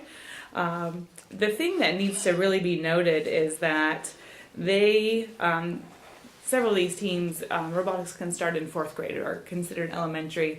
The teams they're competing against are all middle school teams. So they're beating and rising above kids that are 3-4 years older than them and have been doing it longer, and we're still knocking it out of the park. So that's pretty amazing and should be noted. One of the other things that is unique about Butte Creek is we have the after-school Russian class that is taught on site. We have some students that come from other schools in the district, but most of those students are from Butte Creek. And we have the 2 after-school classes kind of for the lower grades and then for the upper grades. And then this year they're also teaching Russian as an elective. Butte Creek has an elective period at the end of the day. And we have a waiting list for that, and it is highly sought after, and the committee that puts that on is amazing, and they're struggling with those really hard concepts and topics of we want to continue to serve these families that have been in this program for several years, but we also don't want some families who have been on a waiting list to be locked out forever too. And so, but we're kind of serving at capacity. So what are we doing? So they're wrestling with some hard topics right now and trying to figure out what that looks like. We have an outstanding number of volunteer hours so far to this date, 700 hours. An attendance rate, 93.93%. We are at or above our PE minutes, and that's with the addition this year. That's one of our new members, is a job share for that elementary PE, which should also be noted that those elementary PE students were having PE outside 100% of the time, because typically they do PE in the cafeteria, and that was the piece that took forever to finish. And it should also be noted, kudos to Suanne and to our crew at Butte Creek. Our students were eating breakfast and lunch outside up until that second week of October. Oh, wow. And I will say that last week leading up to it, we picked a classroom and said, okay, you guys, it's 41 and there was frost on my windshield this morning. We are eating breakfast inside. I'm getting principal of the year for that one. So again, that's where it comes in, that flexibility and the spirit that was out there, and because there was just lots of little things here and there. Because one thing that we know about this area, when you put food outside in September, is yellow jackets. And so I have a lunch club that started eating in my office because they were I can't even handle the bees, and so they'd eat with me, and actually they still eat with me. It kind of morphed into now playing games during lunch, but so that's been a good opportunity that has come out of that. We did also release hundreds of baby salmon into the Molalla River this fall that our third and fourth graders hatched from little egglets in the bottom of aquariums, and that was a truly amazing experience. And then it was depressing to find out what percentage actually makes it to where they belong. And once we found that out, there was all the moms and myself, and we're in the wading literally up to our knees, and we're scooping them out of the sand and flinging them out. You can make it, babies! You can make it! And thought that we had, we were going to influence, we were going to get those babies, and thought maybe in the future we should round that out with a salmon feed. So that we have a full circle of the salmon experience. So, if there's any salmon fisher people in the audience, we're open to conversations about that. School climate. We have a care team that's very active and meets on alternating Tuesdays. Again, we've got the positive behavior intervention support. Both of those teams are looking different with such a big turnover in staff, and so had spent some time kind of doing that storming and norming and figuring out, what exactly is our task and what are we doing. And, there was some really great momentum that Butte Creek had finished up last year with the staff there. And I feel like we're getting to that spot where we can kind of start doing that justice again. So I'm thankful for that. I have a Mentor for Success program that's serving 32 students. Where staff members in the building connect in a variety of ways throughout the week with students who are at risk. We have our own annual holiday food basket giving tree efforts that has helped 22 families this fall, and that's both with purchasing things off of a Christmas tree, 12-year-old kid needs size 18 shoes, that kind of thing. Some information about our Russian class there and our test scores there, and a big change in the Russian class to note is that now that class is offered there in the electives session, it's now free, whereas the after-school program does cost students the money, and that helps pay for the time of the staff member that stays after to teach that. But now students in that 5th through 8th grade do have a free option during their school day to choose that as an elective.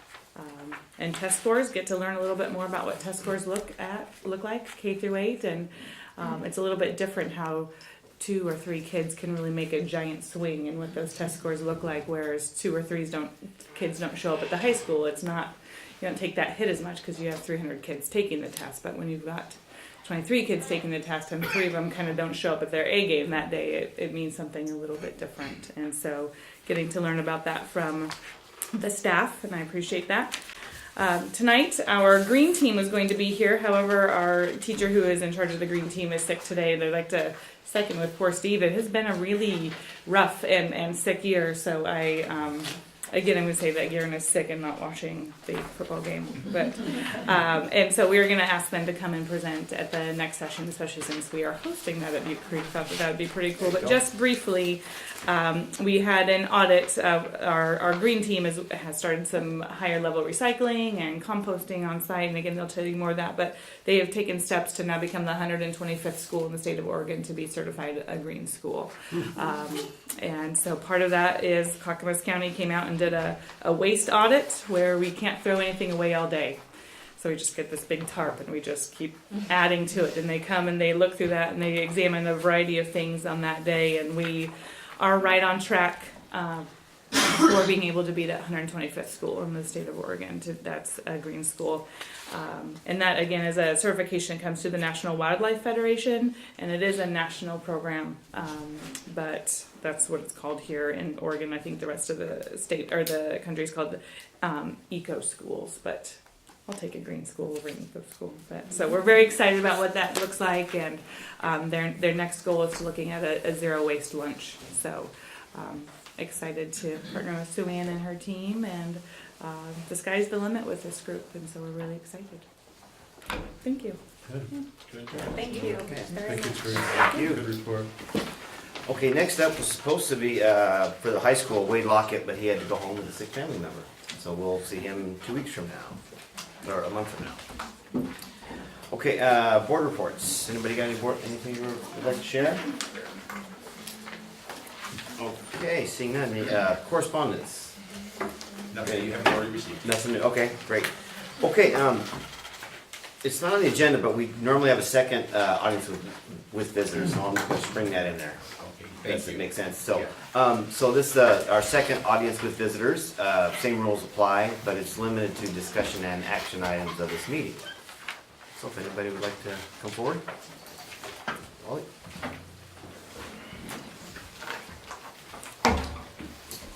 Good evening, Wally Learman. Coming to talk about the proposed policy for my notes here, education equity. And I actually was quite alarmed when I read through this. There's a number of issues I'm concerned about in here, and I want to bring this to your attention. In my opinion, the policy seems to open the district to legal actions because it has a lot of subjective language. It seems to be more of an opinion piece than policy. I really doubt that legal counsel has looked through this. I assume they have not. Also, I doubt Peggy has looked through this from OSBA in looking through this. First paragraph really isn't necessary. It's not a policy statement at all, and I would recommend it be removed. And I believe Peggy would tell you the same thing. Next statement says the board believes in enormous benefit of high quality, inclusive, and socially just education. Who decides what's socially just? It talks about barrier-free environment. How is this determined? It seems very subjective. Goes on, all adults working and volunteering within the Silver Falls School District have a substantial impact on each student's success, and so on and so forth. Does this mean that all volunteers and substitutes will need some training? Why doesn't there appear to be any responsibility from the students and parents? Talks about the mission statement and regardless of race, class, nationality, primary language, and so on, to be empowered. I'm not sure what empowered as equal partners means in this statement. It seems very open-ended. Parents need to be available and supportive. I think in general, the ones that want to be involved are involved. Also, it's very unusual for a district vision statement to be included in a policy. If your vision statement changes, you have to go through and change the policy.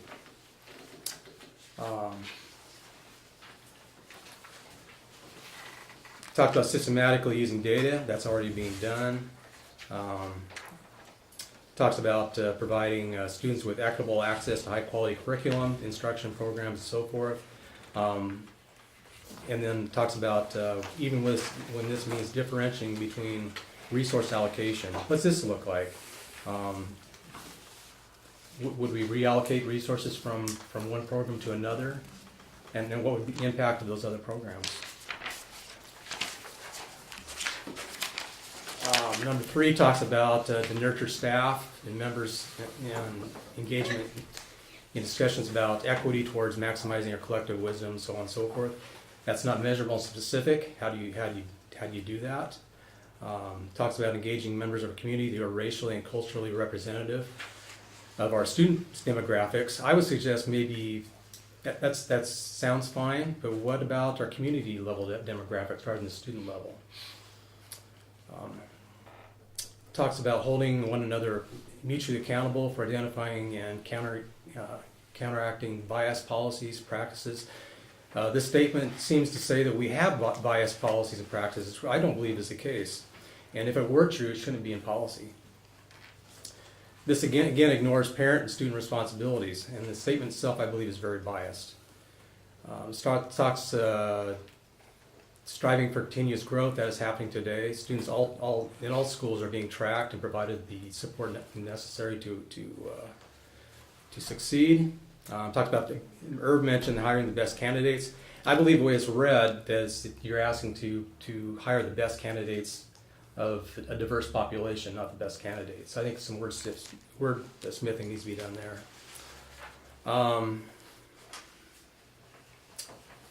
Affirm the identity of each student, acknowledge and celebrate differences. I went to some diversity training about 2 months ago, and the whole focus on that was about identifying similarities, not differences. When you start pointing out differences in people, that seems to breed racism and prejudices. We need to be looking for where do we have commonalities, and how can we be part of a team and work together for the common good.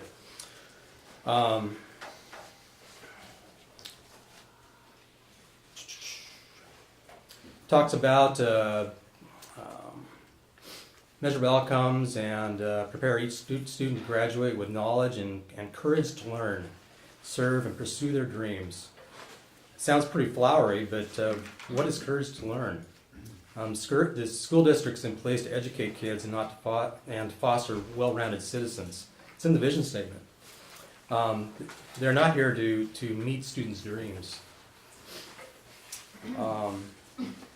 Talks about superintendent, the board shall apply this policy and which will guide decisions,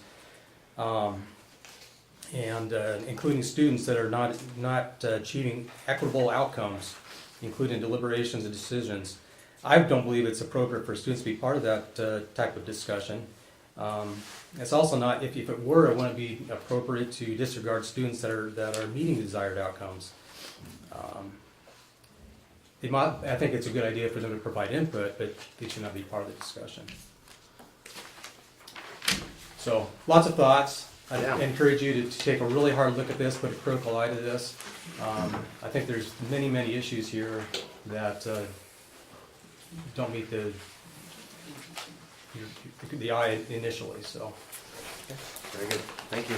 Actually, take your time on that. And would you have my notes on that? Would that help? Can you forward it to me electronically while I thank you? Nothing Rocca, Telecom Drive. Can I ask the question of where the education equity policy came from?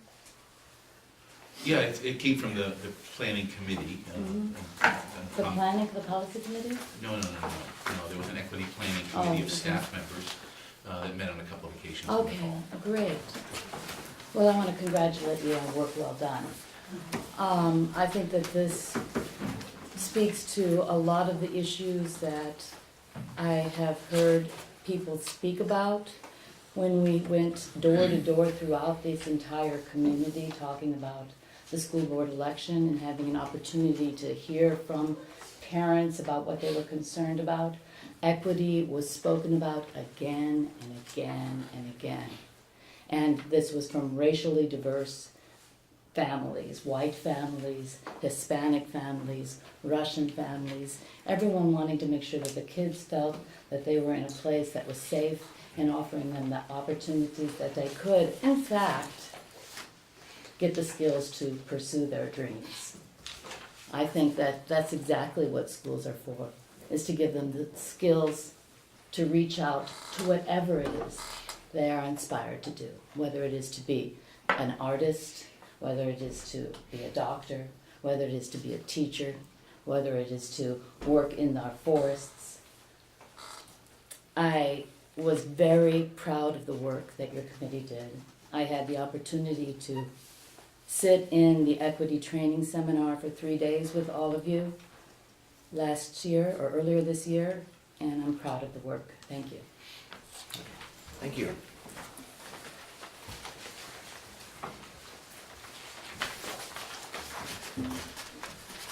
Michelle Finnicol, Silverton. You almost got off the hook without me speaking, but I've got to challenge a little bit what Wally said as a former educator. In a perfect world, every parent would take responsibility for their children. Every parent would be able to provide food so the schools wouldn't have to. Every child would, or every parent would be out there helping their children pursue their dreams. That's not reality. And those of us that have been in the classroom who had to sit across from a parent that looked you straight in the eye and said, your child could go to college. This child is so smart. He's a talented writer. And look at you and say, I didn't graduate. I don't care if my child does either. That's the reality. That is what happens in the schools. And a school is a place to help with that achievement gap, to help with that equity in differences. You can call it social justice or whatever you want. The truth is, the schools are here for society to better our citizenship. Why wouldn't we want kids to pursue their dreams? Why wouldn't we want them to access and reach higher grounds? Not every parent has that capability. Not every parent is a saint. But we can make a difference in this community by providing the framework for stuff like that. It's ridiculous, the stuff that Mr. Learman has said. I just want you to think about that and acknowledge that, because some of you have been classroom teachers, but not all of you have, and I don't think you know the reality in that room. So really think about that as you look at these policies, and you're saying that these policies break down those barriers, and we need that. And as a district, we should support that. Thank you. Thank you. Anybody else? Lisa Leslie again. I understand policies versus mission statements, and I would sort of agree that a policy statement should be dry and the language should be as clear and objective as possible. Generally, that's what it is. I think in any good policy packet, there are also, separate of a mission statement, there are aspirational policies, and I would hope that you would consider the equity policy to be one of those. I think the way that it's written is quite outstanding, actually. And I mean, just look around this room, we're kind of white. So, our students aren't, and I mean, that's the reality that we're looking at here. So I think we need an aspirational policy. I agree that the language, I would agree with Wally that it is more missional, the language is. I don't really think that's a problem, and I cannot imagine a way that this is going to get us in any legal trouble, but I think it does set a tone that we want to be setting in our community. Last year I had the experience of, as we're talking about policies, and I want to address the policy discussions you're having. I appreciate the work you're doing. I've had to wade through hundreds of pages of policy in other settings, and I know that that's just not a whole lot of fun, but I'm glad you're doing it carefully. What I want to say to you is that last spring I had the experience of encountering a policy-driven decision for a high school student in our district. And in that setting, and this gets to equity, I guess, the student's family were not skilled English language users, and I know that there are probably even people on this board who in the back of their minds are going, tough luck, you live in America, get over it. Well, that's not okay for the kids, okay? So I'm going to say that out loud and just kind of push that aside. A packet went home to this family. The first page was translated to Spanish, the other 45 pages were not. And this was all specific information about the student, and this was pertaining to an expulsion situation. There was no equity in that situation. That was a ridiculous situation. And what I'll tell you is that it doesn't matter what policies we agree to here as a community, if the policies are not put into practice. The one of the words Wally just used was practice. So there's policy and practice. What happened in this situation is that if somebody wants to come to the high school and create a new alternative education program, I say in the fall, I'd like to come and start a new after-school program that's going to serve 100 students, whatever. There are policies in your packet that guide how that process would happen, and there's a timeline to it and everything else. That policy, those 2 pages of policy were included in the packet and sent home to this Spanish-speaking parent under the guise of relating to alternative education for her son because he was about to be expelled. And the state requires that we educate children whether we allow them in our building or not. And so under the guise of saying, here are the alternatives for your child, those 2 policy pages were sent home. They had nothing to do with this kid. They had nothing to do with expulsion. It had nothing to do with an individual child's education. Our policy says we will, when a child is being looked at for expulsion, we will absolutely consider that child's particular learning needs. And we will address those needs with a suggested educational alternative prior to the expulsion hearing. It didn't happen. I sat in the hearing. I asked the hearings officer when the last time was in the 20 years he's done hearings that actually happened. And before he could catch himself, he said he'd never seen it. And then he kind of backtracked and went back at it. So this is one particular situation. But what I'm getting at here is we need aspirational statements about equity, because we have policies where the practice is not matching what's in writing in our policy books. And there were many people involved in this situation. There wasn't any villain in this situation. It happened. I'm assuming it's happened other times. And that child's dead now. So this is serious stuff, okay? And equity is serious stuff. And I hope you'll take it that seriously as you're considering the policy changes that you're making. But then I hope that over the next several years, once the policies are set, you'll make certain that they're being followed as well. Thank you.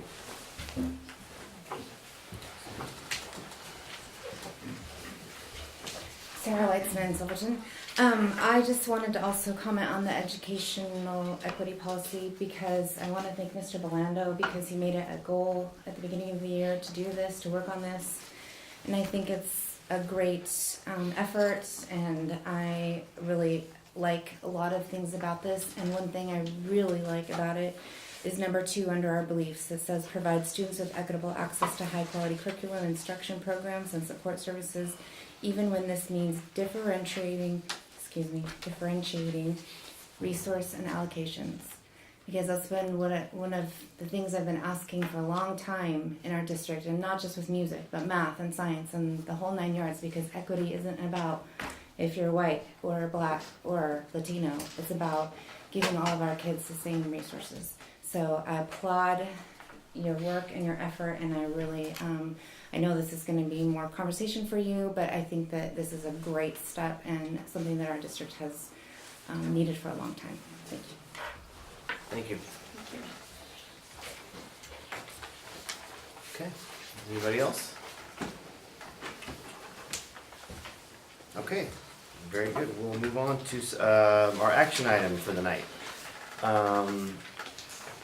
That is to, this action is to approve 5 Rivers Construction of Longview, Washington as the construction manager, general contractor for the Silverton Middle School Gymnasium Seismic Rehabilitation Project. It happens to be funded by state funds, so. Do I have a motion? Motion for approval? Okay, second? I'll second. Okay, it's been moved and seconded. Any discussion? I just wanted to thank Irv for sitting in on the committee Oh, you're for welcome. selection. It was really nice to see 4 evaluators and 4 applicants this time, so it was great. Yeah, perfect. Thank you. All right, any more discussion? Okay, we have a motion and a second. All in favor, please signify by saying aye. Aye. Opposed? Motion carries. Okay, and just before we adjourn, does anybody have any further business? I do. I wanted to ask just one question. And this is just a very informal question, just a follow-up for Dandy. Just wondering how transportation is going, how the bus system is working now, and you know. Knocking on passport. We had a lot of questions and issues at the beginning of the year, and you had some strategies to put into place, Yes. and I just wanted to. So I think I would have to say that they have ironed themselves out. Well, not themselves, but through a lot of hard work on both the transportation and in the district, and we've been able to smooth that out. And you know, it was a rough start because of the changes in the routes and the rerouting that we asked them to do. But I think that it's now business more normal. So when we're getting requests for different stops, we're able to process those pretty quickly. They've hired a 4th person in the office, so that seems to be helping. They have a full fleet of drivers. Now, if they would stay healthy, that would help. But I think that, the complaints from my end, I haven't received any. So that's kind of how I gauge that. it's going better. And was there something about the oh God, I'm losing my Like train the of thought. tracking? Yeah, the tracking, thank you. That's what I wanted to hear. I just wanted to see how that process was working. Well, That's there are fairly new several this year. glitches with that, and Okay. so I am really reluctant to introduce anything that's not going to work really well. And so it's an issue of technology and with the way our district is kind of geographically Yeah. located, I'm just really not wanting to roll that out if it's not gonna be, through some trial and error, a success. Right. I don't want it to be Yeah. this other thing that doesn't go well. So with that said, I would like people to let me know if the buses are running from their perspective pretty late. I haven't heard anything, so Yeah. I'm assuming it's okay. Great. I just wanted to Yeah. see how it was going. Yeah, I think it's Okay, thanks for that. Appreciate it. Okay, anybody else? I just had a kudos to Andy and Debbie, the board book packet Oh. this time Right. was extensive. That's like probably the most information I've ever seen for a school board meeting available to the public. And that's kudos to you for making that happen, both of you. Available electronically to the public. Yes. It's always available. Thanks. Yeah, I got it. Yes. Okay, anybody else? Continue. Okay, seeing no further business, meeting adjourned. Thanks for coming.